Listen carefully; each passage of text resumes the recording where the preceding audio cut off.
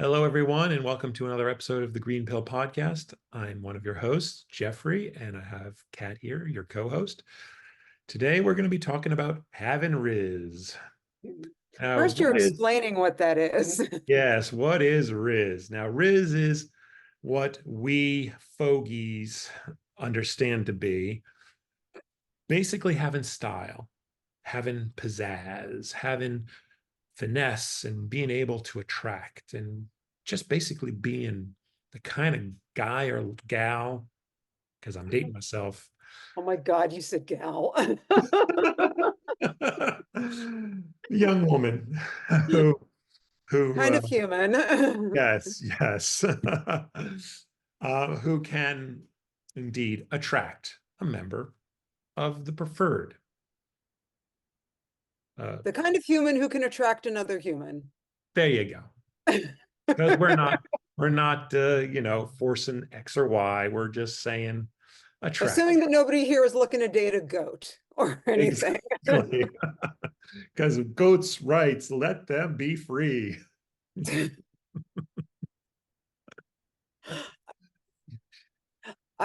So you're talking about like Moxie or your vibe or Right. something like that. Right. That's all it's all about. And I think the first thing with Rizz is confidence. Yeah. There's nothing more attractive than believing in yourself and feeling yourself and knowing that, sure, things could go wrong, but you're doing your best, and that's cool. I mean, it's funny. I was talking to one of my students the other day, and the kid's 14, and I forget what we were talking about, but I said something about, yeah, man, competence is really hot. And they, first of all, I had to explain what competence was because I guess they hadn't gotten to that particular SAT word. Okay, cool, no problem. You're 14. But then they asked me later, what did you mean by that? And I said that that knowing what you're doing and being confident and good at it is an attractive trait. There's nothing more to read into that. Anyway, competence is hot, y'all. It just Yeah. is. Yeah. Absolutely. Having skill and believing in those skills. In fact, one of the best ways that you can have a bit of Rizz is just to have some skills and some hobbies and some cool things that you do. And just showing that you're more than just a one-dimensional person, that you got dimensions to you, that you know what's going on and you're willing to stretch yourself a bit, Or be really good at faking it. or really good at faking Or it. be really good at faking Legit. confidence. I have gotten Legit. through so much of my life by people think I'm so much more suave than I actually am. I am a massive dork, and I am here co-hosting the thing because I am perceived as so much more suave than I actually am, and being just a massive, massive dork. For and reals. here and here's me hosting the darn thing too, starting this thing when, oh man, if you saw what I thought of myself inside, I ain't telling you. I'm confident. That's all I'm going to tell you. But see, that's for others to say. Exactly. Exactly. That's that's for others to say. You put it out there, and it's brave, and you go, and I think ultimately that's what it is. You sit there because look, I think we all, no, not all, that's a generalization, but so many of us have imposter syndrome. It was so freeing the day that I learned that imposter syndrome was a thing. Oh my God. But so those of us who we have it even just a little bit, we have to just sit there and know that that stupid part of our brain that says, no, you really, you suck, you're not great, you whatever. Yeah. You just have to know that it's noise, and it's lying, and it's Mhm. whatever. And you have to trust that maybe the rest of the world doesn't see you the way you see you. and maybe Right. they know something that you don't about you. Look, if I listened to me every time I wouldn't do half the stuff that I do. I mean, my Right. God, but I keep getting invited to come and do things because I Mhm. guess other people think that I'm XYZ, that I'm talented or witty or charming or whatever, whatever. And you know what? Okay. And then I rise to the occasion. I think it was Carrie Fisher Hmm. said, just do it. The confidence will follow. Just Right. fake it and the confidence will follow. Absolutely. I And, mean, who am I to and argue with Space Mom? nothing exhibits more of the confidence that maybe is legitimate, but the bravado that a certain Time Lord and a certain 60-some-year-old TV series always exudes.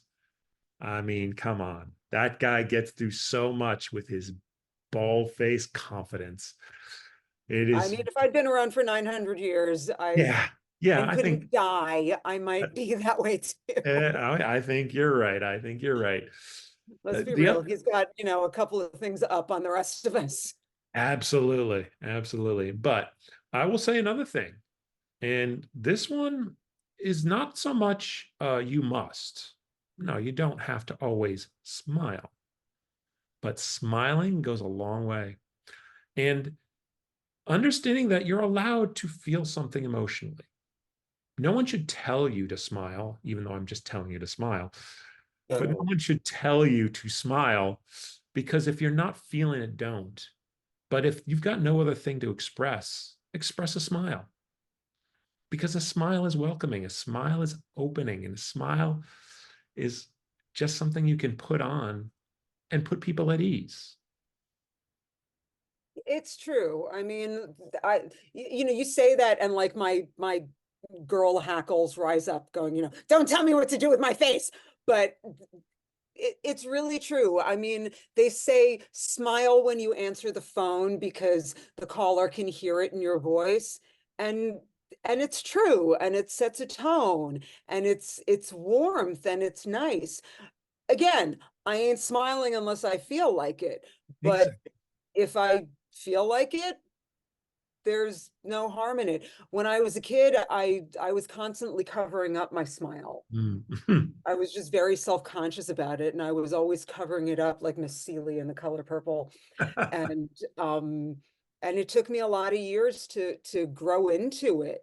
And and now I'm all screw it. These are my teeth, like them or not. And and I think that's part of what makes me me. So that's probably some of the Rizz you're talking about.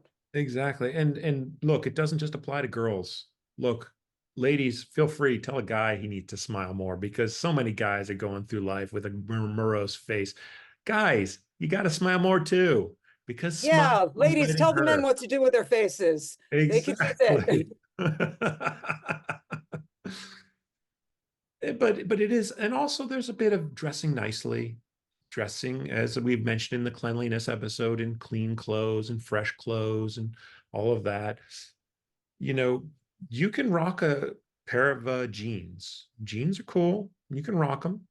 You can rock slacks. You can rock a blouse. You can rock a tank. You can rock a button down, but just rock it and live it. Be it. Be the clothes that you want to have and believe in it.